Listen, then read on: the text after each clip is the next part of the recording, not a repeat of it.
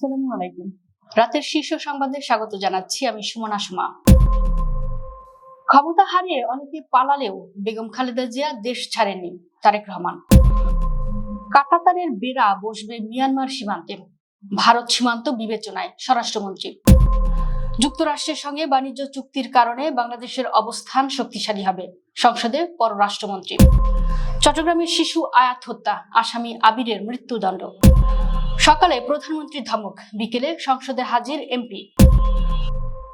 রাষ্ট্রদ্রোহ মামলা, শেখ হাসিনা সহ 286 জনের বিরুদ্ধে অভিযোগ গঠন শুনানি 14 জুলাই। সংসদের সরকারি ফ্ল্যাটে ওয়াশিং মেশিন ও মাইক্রো ওভেন চাইলেন জামায়াত এমপি। যুক্তরাষ্ট্রে উদীয়মান বিজ্ঞানীর স্বীকৃতি পেলেন বাংলাদেশি বংশোদ্ভূত ডক্টর তনিমা। বাংলাদেশি সহ সব প্রবাসীর জন্য কাতারের জরুরি নির্দেশনা। জর্ডানে অবৈধ বাংলাদেশিদের শর্ত সাপেক্ষে বৈধ হওয়ার সুযোগ। দেশের 4 বিভাগে ভারী বৃষ্টির আভাস। মহাকাশ গবেষণায় বড় সাফল্য ইরানের, আসছে পার্স 2 ও সুলাইমানি স্যাটেলাইট। বিমান ভর্তি অর্থ দিয়ে ইরানকে চুক্তিতে রাজি করিয়েছিলেন ওবামা, ট্রাম্প। শুনছিলেন শিরোনাম, এবার বিস্তারিত। মৌলভীবাজার সফরে এসে স্মার্ট ফ্যামিলি কার্ড কর্মসূচির 3য় ধাপের উদ্বোধন করেছেন প্রধানমন্ত্রী তারেক রহমান। বুধবার শ্রীমঙ্গল ভিক্টোরিয়া উচ্চ বিদ্যালয় মাঠে আয়োজিত এক জনসমুদ্রে তিনি এই কর্মসূচির আনুষ্ঠানিক উদ্বোধন করেন। দুর্যোগপূর্ণ আবহাওয়া ও মুষলধারে বৃষ্টি উপেক্ষা করে জেলার বিভিন্ন প্রান্ত থেকে লাখো মানুষের উপস্থিতিতে অনুষ্ঠানটি উৎসবমুখর পরিবেশে পরিণত হয়। অনুষ্ঠানে প্রধানমন্ত্রী ল্যাপটপের বোতাম চেপে নারীদের জন্য স্মার্ট ফ্যামিলি কার্ড বিতরণ কার্যক্রমের 3য় পর্যায়ের উদ্বোধন ঘোষণা করেন। এ সময় তিনি জানান, আগামী 1 বছরের মধ্যে দেশের 40 লাখ পরিবারের কাছে ফ্যামিলি কার্ড এবং 40 লাখ কৃষকের কাছে কৃষক কার্ড পৌঁছে দেওয়া হবে। তারেক রহমান আরো বলেন, যতবার দেশে অবাধ ও নিরপেক্ষ নির্বাচন হয়েছে ততবারই জনগণ ধানের শীষের পক্ষে রায় দিয়েছে। বিএনপি সবসময় জনগণের পাশে ছিল এবং থাকবে। ক্ষমতা হারিয়ে অনেকে দেশ ছেড়ে চলে গেলেও বেগম খালেদা জিয়া কখনো দেশের মানুষকে ছেড়ে যাননি।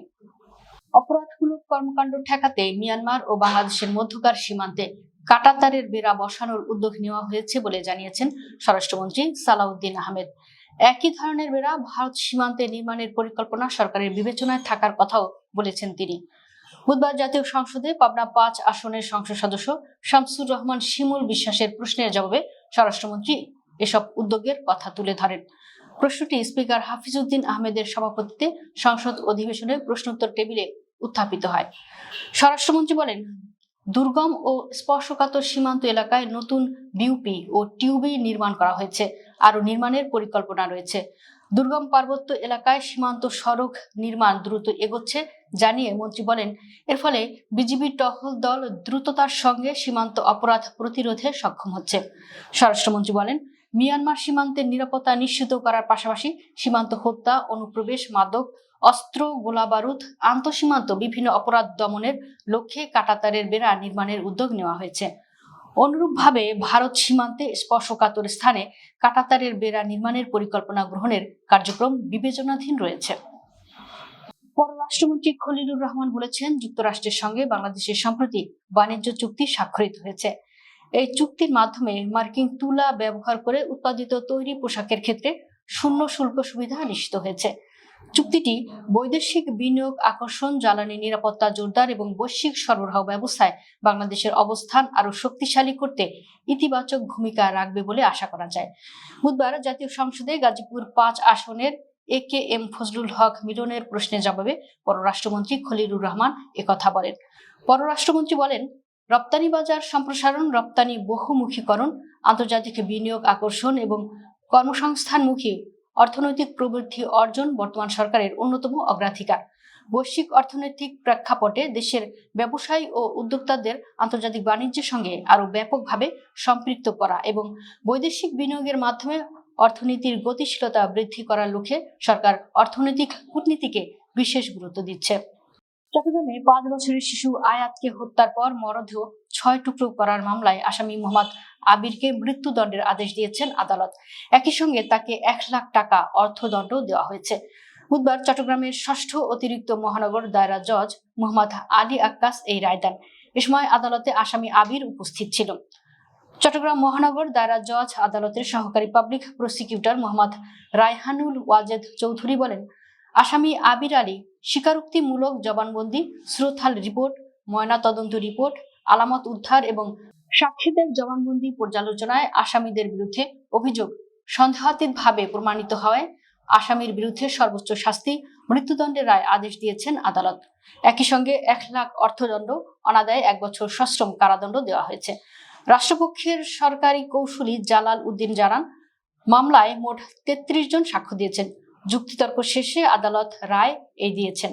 সকালে প্রধানমন্ত্রী তারেক রহমানের ধমক খেয়ে বিকেলে সিলেট থেকে সরাসরি সংসদে হাজির হলেন অ্যাডভোকেট ইমরান আহমেদ চৌধুরী এমপি। বুধবার সকালে মৌলভীবাজার সফরে যোগ দিতে সিলেট এমজি ওসমানী বিমানবন্দরে নামেন প্রধানমন্ত্রী। এ সময় বিমানবন্দরে প্রধানমন্ত্রীকে স্বাগত জানাতে সিলেটের বিভিন্ন আসনের সংসদ সদস্যরা উপস্থিত হন। বিমানবন্দরের লাউঞ্জে সিলেটের এমপিদের দেখে বিরক্তি প্রকাশ করে প্রধানমন্ত্রী বলেন, আপনারা এখানে কেন? আজকে আপনাদের সংসদ নেই? প্রধানমন্ত্রীর এমন ক্ষোভ প্রকাশ করায় আতঙ্কিত হয়ে বিকেলে ঢাকায় ফিরে সংসদ অধিবেশনে যোগ দেন সিলেট 6 আসনের সংসদ সদস্য অ্যাডভোকেট ইমরান আহমেদ চৌধুরী। ক্ষমতাচ্যুত প্রধানমন্ত্রী ফ্যাসিস্ট শেখ হাসিনা সহ 286 জনের বিরুদ্ধে রাষ্ট্রদ্রোহ মামলার অভিযোগ গঠনের শুনানির জন্য আগামী 14 জুলাই দিন ধার্য করেছেন ঢাকার একটি আদালত। জয় বাংলা ব্রিগেড নামের এক সংগঠনের জুম মিটিং এ অংশ নিয়ে সাবেক অন্তর্বর্তী সরকারকে উৎখাত এবং রাষ্ট্রবিরোধী কর্মকাণ্ডে জড়িত থাকার অভিযোগে এ মামলা দায়ের করা হয়। বুধবার ঢাকার 3য় অতিরিক্ত মহানগর দায়রা জজ আদালতের বিচারক মঈনুদ্দিন চৌধুরীর আদালতে অভিযোগ গঠনের শুনানির জন্য দিন ধার্য ছিল। এদিন রাষ্ট্রপক্ষ আসামিদের বিরুদ্ধে অভিযোগ গঠন করতে শুনানি করেন। আসামি পক্ষের আইনজীবীরা অব্যাহতি চেয়ে শুনানি করেন। তবে এদিন আসামি পক্ষের শুনানি শেষ না হয় পরবর্তী শুনানির জন্য আগামী 14 জুলাই দিন ধার্য করা হয়। আদালতের বেঞ্চ সহকারী গোলাম নবী এ বিষয়টি নিশ্চিত করেছেন। সংসদে সরকারি ফ্ল্যাটে ওয়াশিং মেশিন ও মাইক্রো ওভেন চেয়েছেন চাঁপাইনবাবগঞ্জ 2 আসনের বাংলাদেশ জামাতে ইসলামের সংসদ সদস্য মোহাম্মদ মিজানুর রহমান। বুধবার বিকেল 3:02 স্পিকার হাফিজউদ্দিন আহমেদ বীর বিক্রমের সভাপতিত্বে অধিবেশন শুরু হয়। মিজানুর রহমান বলেন, সরকারি ফ্ল্যাটের জানালা দরজায় এখনো পর্দা ঝুলানো হয়নি। এদিকে সংসদে স্বরাষ্ট্রমন্ত্রী বলেন, বর্তমানে দেশের 75টি কারাগারে ধারণ ক্ষমতার 1.7 গুণ বন্দী আটক রয়েছে। সংসদে কুমিল্লা 4 আসনের এনসিপি দলীয় সদস্য মোহাম্মদ আবুল হাসনাতের টেবিলে উত্থাপিত তারকা চিহ্নিত প্রশ্নের জবাবে এ তথ্য জানান তিনি। বিশ্বের অন্যতম বিজ্ঞান সাময়িকী সায়েন্টিফিক আমেরিকান এর বিজ্ঞানের উদীয়মান তারকা হিসেবে স্বীকৃতি পেয়েছেন বাংলাদেশি বংশোদ্ভূত জ্যোতি পদার্থবিজ্ঞানী ডক্টর তনিমা তাসনিম অনন্যা। অতি ভারী কৃষ্ণ গহ্বর ও গ্যালাক্সির সক্রিয় কেন্দ্র নিয়ে গুরুত্বপূর্ণ গবেষণার জন্য তাকে সাময়িকীটির উদ্বোধনী ইয়াং আমেরিকান সায়েন্টিস্ট তালিকায় অন্তর্ভুক্ত করা হয়েছে। বিশ্বের বিভিন্ন শাখায় মাত্র 28 জন তরুণ গবেষকের মধ্যে স্থান পাওয়ায় আন্তর্জাতিক বিজ্ঞান অঙ্গনে তার এই অর্জন বাংলাদেশের জন্য গৌরবজনক হিসেবে বিবেচিত হচ্ছে। বাংলাদেশি সহ সব প্রবাসীর জন্য রেসিডেন্স পারমিট বা আকামা বাতিল সংক্রান্ত জরুরি নতুন নির্দেশনা জারি করেছে কাতার সরকার। এখন থেকে কাতারে যেসব প্রবাসীর রেসিডেন্স পারমিট বাতিল করা হবে তাদের বাতিলের তারিখ থেকে পরবর্তী 14 দিনের মধ্যে দেশ ত্যাগ করতে হবে। অন্যথায় তাদের প্রতিদিন নির্দিষ্ট হারে জরিমানার মুখোমুখি হতে হবে বলে জানিয়েছে দেশটির স্বরাষ্ট্র মন্ত্রণালয়। জর্ডানে অবস্থানরত অবৈধ প্রবাসী বাংলাদেশিরা জরিমানা ছাড়াই দেশে ফিরতে পারবেন। এছাড়াও শর্ত সাপেক্ষে বৈধ হওয়ার সুযোগও রয়েছে। বুধবার জর্ডানের বাংলাদেশ দূতাবাস এ তথ্য জানিয়েছে। দূতাবাসের বিশেষ বিজ্ঞপ্তিতে উল্লেখ করা হয়, জর্ডান সরকার দেশটিতে অবস্থানরত প্রবাসী শ্রমিকদের জন্য সাধারণ ক্ষমা ঘোষণা করেছেন। এর আওতায় কোনো ধরনের জরিমানা ছাড়াই দেশে ফেরত যাওয়া যাবে। শর্ত সাপেক্ষে এদেশে থেকে কাজও করা যাবে, কর্মস্থল পরিবর্তনও করা যাবে। কোনো ক্ষেত্রে গৃহকর্মীরা নতুন নিয়োগকর্তার অধীনে কাজ করতে পারবেন। ভ্রমণ ভিসায় এদেশে এসেছেন এমন কেউ ওয়ার্ক পারমিটের আবেদন করতে পারবেন। আগামী 24 ঘন্টার মধ্যে দেশের 4 বিভাগের কোথাও কোথাও মাঝারি ধরনের ভারী থেকে ভারী বৃষ্টি হতে পারে বলে জানিয়েছে বাংলাদেশ আবহাওয়া অধিদপ্তর। সেই সঙ্গে সারা দেশে বজ্রসহ বৃষ্টি হতে পারে বলে জানিয়েছে সংস্থাটি। বুধবার বাংলাদেশ আবহাওয়া অধিদপ্তরের আবহাওয়াবিদ AKM নাজমুল হকের দেওয়া পূর্বাভাসে এ তথ্য জানানো হয়। আবহাওয়া অফিস জানায়, আগামী 24 ঘন্টার মধ্যে রংপুর, ময়মনসিংহ, ঢাকা, বরিশাল, চট্টগ্রাম ও সিলেট বিভাগের অনেক জায়গায় এবং রাজশাহী ও খুলনা বিভাগের কিছু কিছু জায়গায় অস্থায়ীভাবে দমকা হাওয়া ও বিদ্যুৎ চমকানো সহ হালকা থেকে মাঝারি ধরনের বৃষ্টি, বজ্রসহ বৃষ্টি হতে পারে। সেই সঙ্গে রংপুর, ময়মনসিংহ, চট্টগ্রাম ও সিলেট বিভাগের কোথাও কোথাও মাঝারি ধরনের ভারী থেকে ভারী বর্ষণ হতে পারে।